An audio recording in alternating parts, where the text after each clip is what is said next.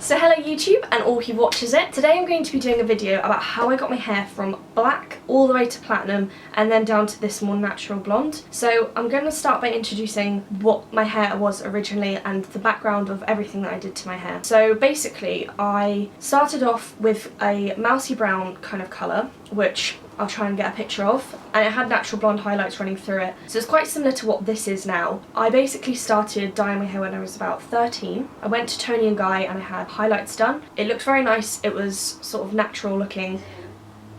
Sorry, Alexa just started talking to me for literally no reason. Okay, hun. Anyway,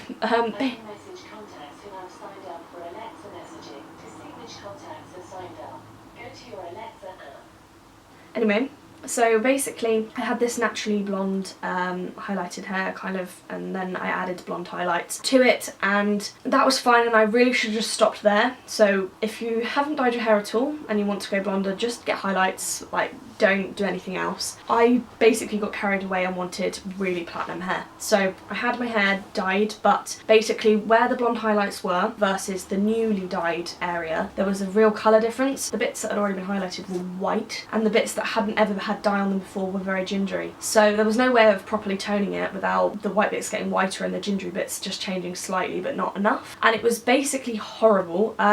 It was just very, it drowned me out a lot. I really didn't like it at all. It wasn't awful, but it was just not great. I wanted to go back to being my natural colour. So I came and had my hair done in Bath, somewhere completely different to Tony & Guy. I can't remember the exact place. They dyed my hair black, basically. I asked them to dye my hair brunette, well, my natural colour. I told them what my natural colour was. I asked them could they do that. They said yes. They didn't do that. They dyed it black, and basically it was through a stage of dyeing it orange first and then black, which is what everywhere will probably do if you want to go back down to a darker colour. They will put that base colour in between. And the problem was, I mean, it wasn't awful, but it definitely, again, wasn't a great colour. It was alright originally, and basically then it would just fade to ginger all the time. It would just, and it would be patchy, so it would be quite dark at the bottom and very orangey at the top. So I started to just dye my hair at home. Like, I would just constantly put dark dyes on it, and it was just getting more and more build up of colour, and it was just starting to look more and more flat. So I went and decided one day to just go and try and fix this myself. So I bought Scott Cornwall Decolour Hair Remover, which basically stripped out a lot of the residue build-up colour that had happened, which I highly recommend.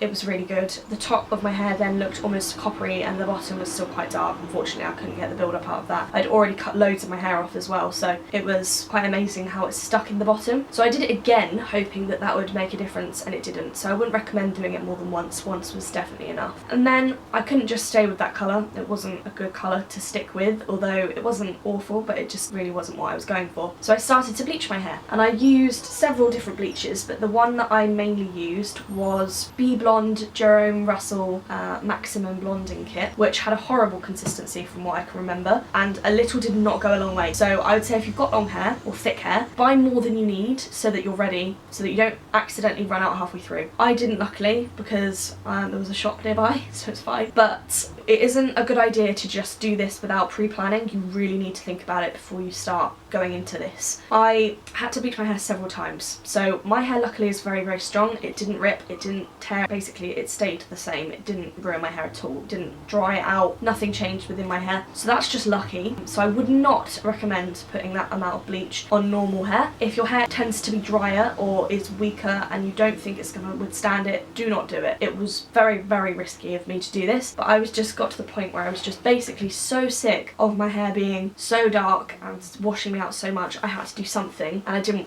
I'm not patient enough to wait for my hair to grow out, so that just wasn't going to happen. I then had very platinum hair. I had that for quite a while, and it was alright. It wasn't great. It was alright. The problem with it was that it was very, very white at the top and very yellow at the bottom, and I couldn't really balance it. There was just no way of getting it all to be the same colour. So this is when I went to my hairdresser that lives in my village, who is by far the best one I've ever been to, but it's a very small business, and she's the only one out of all the hairdressers that I spoke to that would actually do what I wanted. All the others said, no, it's not possible, you'll have to dye your hair orange and then brown again, just as that original salon that I went to, which was apparently a very good salon. It did, and it is what most places would recommend. This woman took the risk and she put, it was basically a backward balayage on my hair. I'll try and find the key term and put it in the description if I can. It went sort of silvery. She basically put quite a lot of dark on the top, but no orange. It was always just working with really neutral colours so that when the colour faded it wouldn't go into an orange. So that's what happened basically, and it faded back to a blonde, but it was a much nicer blonde. And then I had it done again, and now I've just got highlights from that. I just get highlights done every 3 or so months, and I'm now finally happy with the way that my hair is. I'm back basically to what my hair was when I was 13, apart from a lot shorter than it was when I was 13.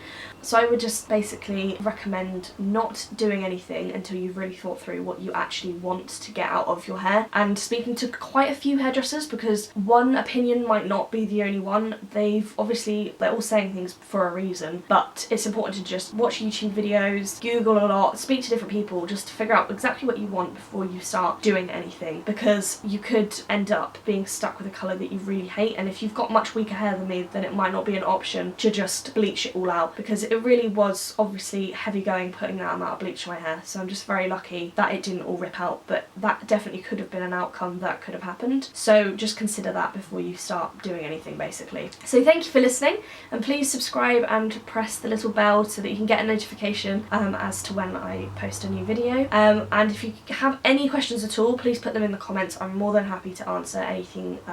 I realised that this video was wrapping up a lot of stuff into a compressed time, so if you have any other questions about specific products that I used or anything at all, then just comment that and I'd be more than happy to answer. And also I'll put my Instagram somewhere here, so please follow me on that as well if you have an Instagram account. Sounds so beggy. Thank you very much for listening. Goodbye!